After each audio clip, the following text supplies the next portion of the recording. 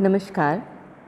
हिंदी साहित्य की क्लास में आज हम छायावाद के प्रमुख कवि जयशंकर प्रसाद की कविता पेशोला की प्रतिध्वनि पढ़ेंगे।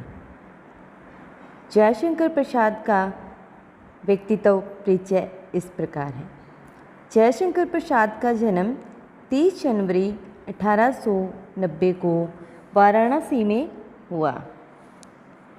30 जनवरी 1890 को सुमनी साहू परिवार के बाबू देवी प्रसाद इनके पिता हैं।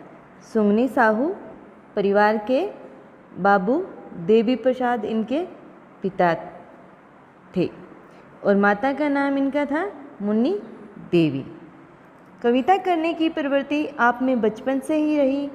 7वीं कक्षा तक क्वींस कॉलेज में अध्ययन किया। इसके बाद पिता का असामयिक निधन हो गया। आगे की पढ़ाई उर्दू, हिंदी, संस्कृत एवं अंग्रेजी विषय के साथ घर पर ही हुई। पारिवारिक समस्याओं का सामना करते हुए भी आपने स्वाध्याय जारी रखा। प्रसाद जी की मित्रता अपने समय के ख्याति प्राप्त लोगों से रही, जिनमें राय कृष्णदास, केदारनाथ पाठक, मैथिली शरण गुप्त, पंत, निराला, प्रेमचंद, महादेवी वर्मा, जैनेन्द्र आदि प्रमुख हैं। प्रसाद जी की प्रतिभा एवं कौशल के धनी होने के साथ स्वभाव से विनम्र थे। अंतर्मुखी प्रतिभा के साथ परिश्रमी स्वभाव इनकी विशेषता रही। प्रसाद जी की जो प्रमुख रचनाएं हैं वो इस प्रकार से हैं। इनका जो मुक्तक काव्य है, मुक्तक काव्य संग्रह है, वो चित्राधार कानन कुसुम। कानन कुसुम जो है बच्चों, खड़ी बोली हिंदी का प्रथम संग्रह भी माना जाता है। कानन कुसुम, झरना, लहर, ये इनके मुक्तक काव्य हैं। अब है प्रबंध काव्य। प्रेमराज, वन मिलन, अयोध्या का उद्धार, शोकोच्छ्वास, प्रेम पथिक, महाराणा का महत्व, आंसू और कामायनी। कामायनी जो है हिंदी साहित्य के प्रबंध काव्य में एक महत्वपूर्ण स्थान रखता है। छायावाद और जयशंकर प्रसाद का एक प्रसिद्ध प्रबंध काव्य कामायनी। कामायनी महाकाव्य पर इन्हें मंगला प्रसाद पारितोषिक भी प्राप्त हुआ।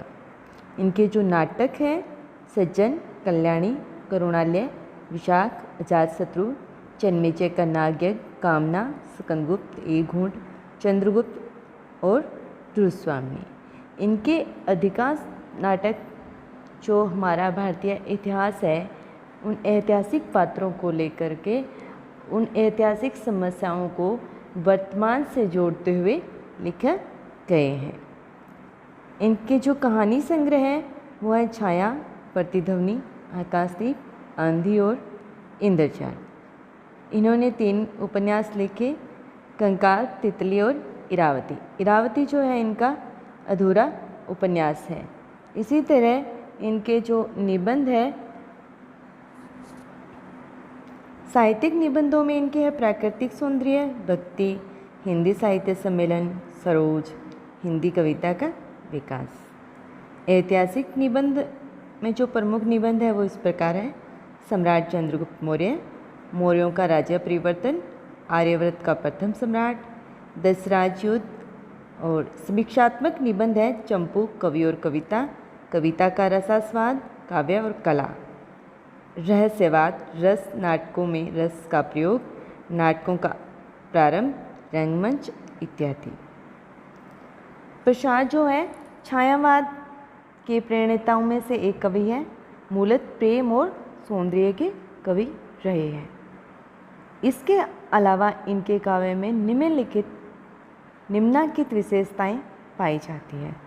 विषय की नवीनता, यानी नए नए विषयों को अपने काव्य में स्थान देना, नवीन कल्पनाएं, प्राकृतिक और मानवीय सौंदर्य का चित्रण, लाक्षणिक वक्रता, भावनाओं का सूक्ष्म चित्रण, रहस्यात्मकता आदि छायावादी विशेषताओं से युक्त, सौंदर्य चेतना के साथ भारतीय इतिहास, दर्शन और संस्कृति के प्रति अनुराग और राष्ट्रीय चेतना।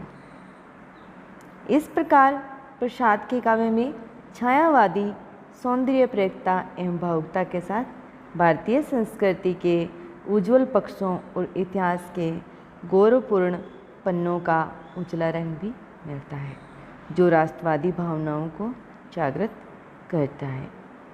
इस पाठ में जो हम पेशोला की प्रतिध्वनि कविता पढ़ेंगे वह राष्ट्रीय प्रेम से ओतप्रोत है, ओज गुण से भरी हुई कविता है। इस कविता में क्या है? इस कविता में कवि उदयपुर की पिछोला झील के किनारे बने हुए महाराणाओं के महल और उनकी झील में बने प्रतिबिंबों के माध्यम से भारतीय लोगों को पुकार कर बार बार कह रहा है कि हम आज हमारी पुरानी अस्मिता को भूलकर सो गए हैं, हमें पुण्य जागना है तथा देश के पुनरुद्धार का भार उठाना है। अंत कवि पूछता है कि वह कौन होगा। विचार हमें करना है कि वह मैं ही हूँ। पेशोला की प्रतिध्वनि। महाराणा प्रताप का नाम छात्रों आपने सुना होगा। वही महाराणा प्रताप जिन्होंने अपनी आज़ादी के लिए भारत के इतने बड़े सम्राट अकबर से युद्ध किया। तो महाराणा प्रताप की राजधानी थी उदयपुर, और उदयपुर में एक पिछोला झील बनी हुई है। तो उसी झील को लेकर के यह कविता लिखी गई है कि कैसे उस झील के में आज भी महाराणा की ध्वनि गूंज रही है, और प्रतिध्वनि यानी उसकी उतर आना, गूंज वापस आना। तो अब हम पढ़ते हैं पेशोला की प्रतिध्वनि।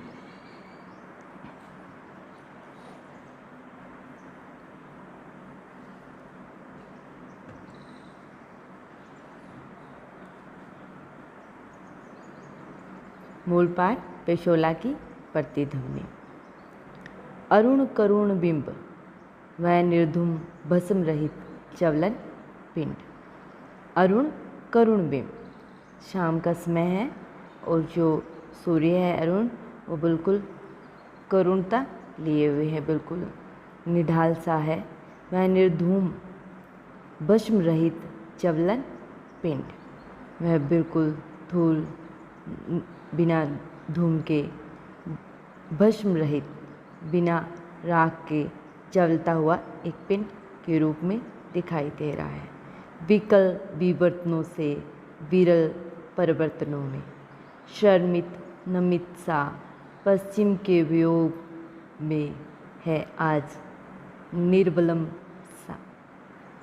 विबल विवर्तनों से, विरल परिवर्तनों से, विकल विवर्तनों से, यानी वह उन जो बार बार चक्कर लगा रहा है थोड़े से प्रयासों से, वह शर्मित नमित सा, थोड़े से प्रयास से थका हुआ सा, पश्चिम के व्योम में है आज निर्बलम सा, पश्चिम में डूबने के कगार पे है और बिल्कुल जो बिना किसी सहारे खड़ा हुआ सा दिखाई दे रहा है। आहुतियाँ विश्व की अजरस लुटाता रहा, सत सहस कर माला से।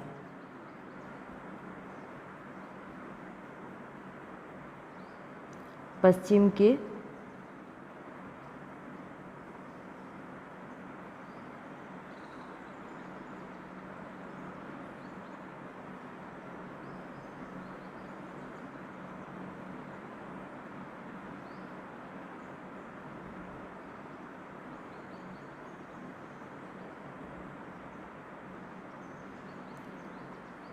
पश्चिम के व्योम में आज निर्लम सा। आहुतियाँ विश्व की अजरस लुटाता रहा, सत सहस करमाला से। तेज ओज बल जो वदयंता कदम सा, वह सूर्य जो पूरे विश्व को अपनी करमाला यानी जो किरणें हैं उनसे पूरे विश्व को जो दान देता रहा है, उजाला देता रहा है, जीवन देता रहा है, वह सूर्य तेज ओज बल जो बदन था, कदम था, उस कदम के पेड़ की तरह वरदान देता हुआ लेकिन आज स्वयं बिल्कुल शांत सा दिख रहा है, बिल्कुल कमज़ोर दिखाई देता है। इसी तरह इस डूबते हुए सूर्य की जो समानता है वो महाराणा प्रताप के जीवन से की गई है कि जो महाराणा प्रताप जीवन भर अपनी मातृभूमि की रक्षा के लिए युद्ध करते रहे, अंतिम क्षण में वो बिल्कुल कमज़ोर पड़ गए, तो उनसे सूर्य की समानता की गई है। पेशोला की उर्मियाँ हैं शांत घनी छाया में, तटतरु है चित्रित तरल चित्रसारी में, झोंपड़े खड़े हैं बने शिल्प के विषाद के दग्ध अवसाद से। पेशोला की उर्मियाँ है शांत घनी छाया में, तटतरु है चित्रित तरल चित्रसारी में।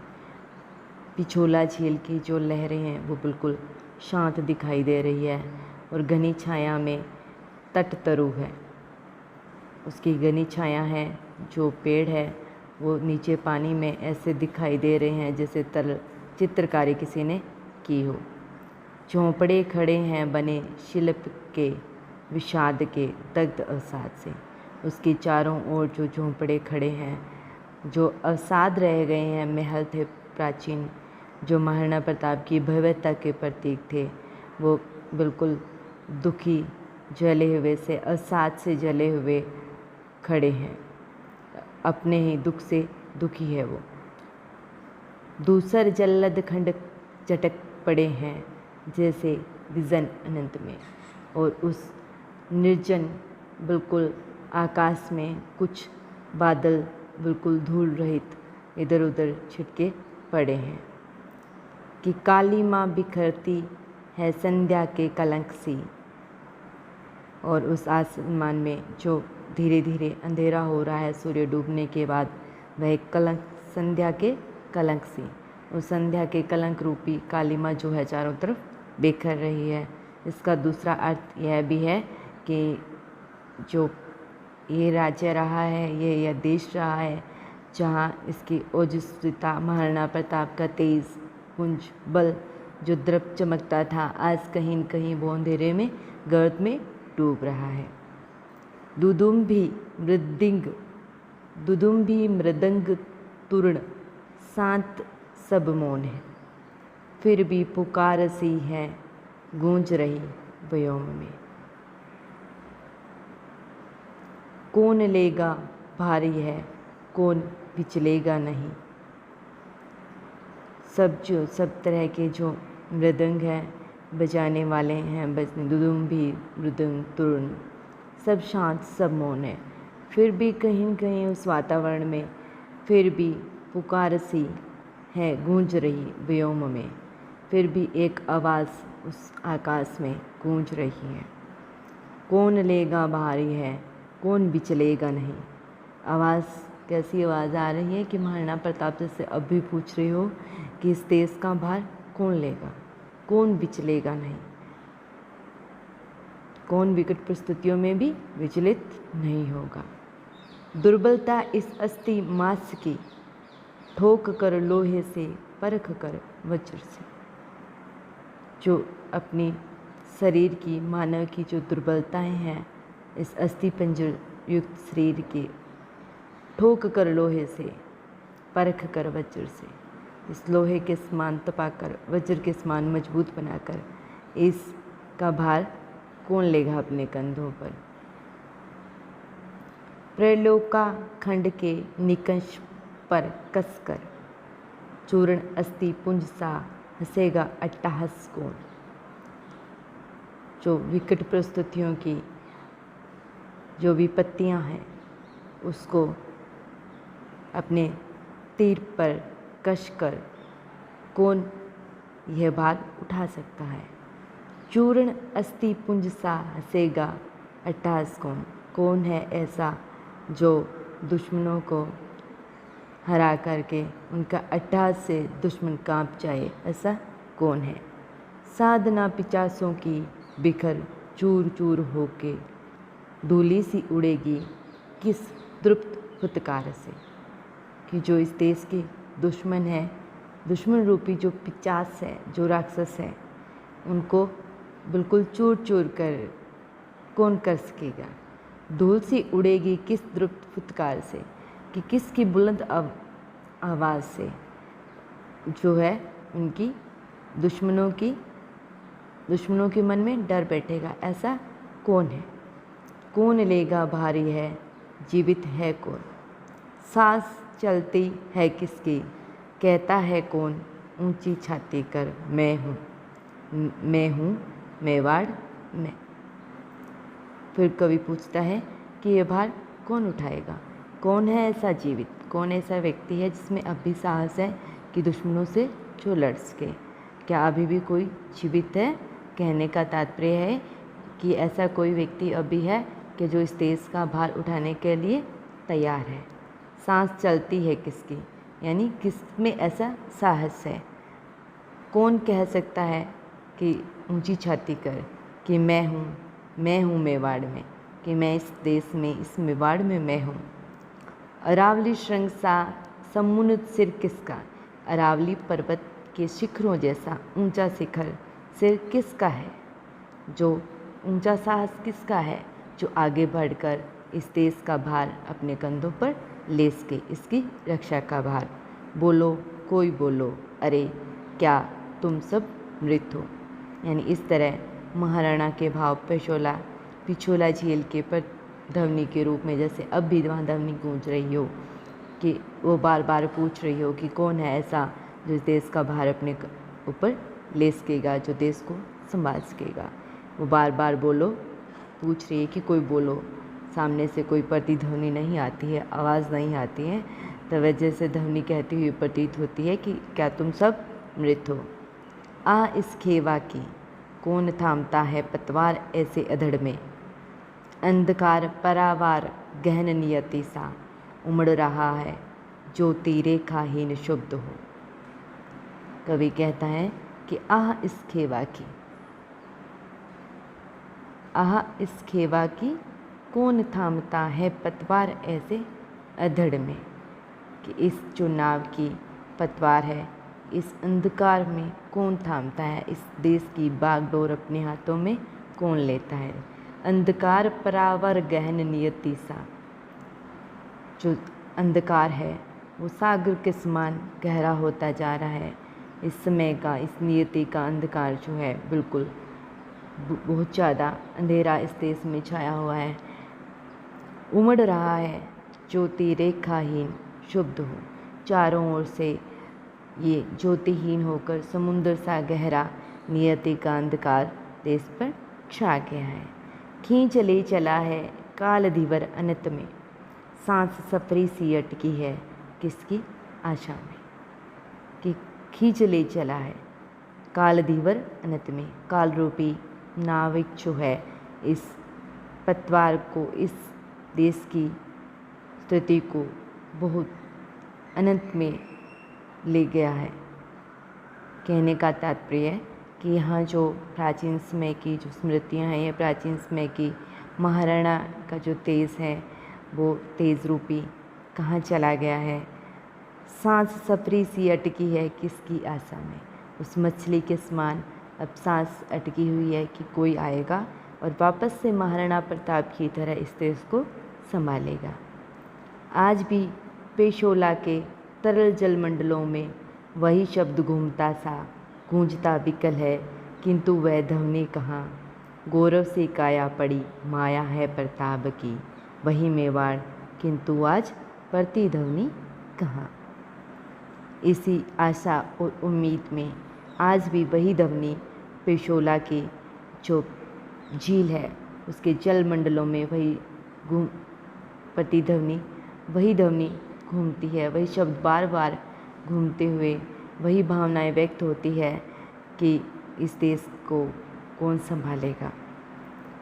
किंतु वह ध्वनि कहाँ, लेकिन वह ध्वनि कहाँ गौरव से काया पड़ी माया है प्रताप की। यानी प्रताप की जो देह है या प्रताप की जो आवाज़ है वो बिल्कुल शांत पड़ी हुई है। अब वही मेवाड़ है महाराणा प्रताप का, वही मेवाड़ जो अपने साथ पता नहीं कितनी अनगिनत शौर्य गाथाएं साथ में लिए हुए हैं, लेकिन वह आज धूमिल पड़ा है वही मेवाड़।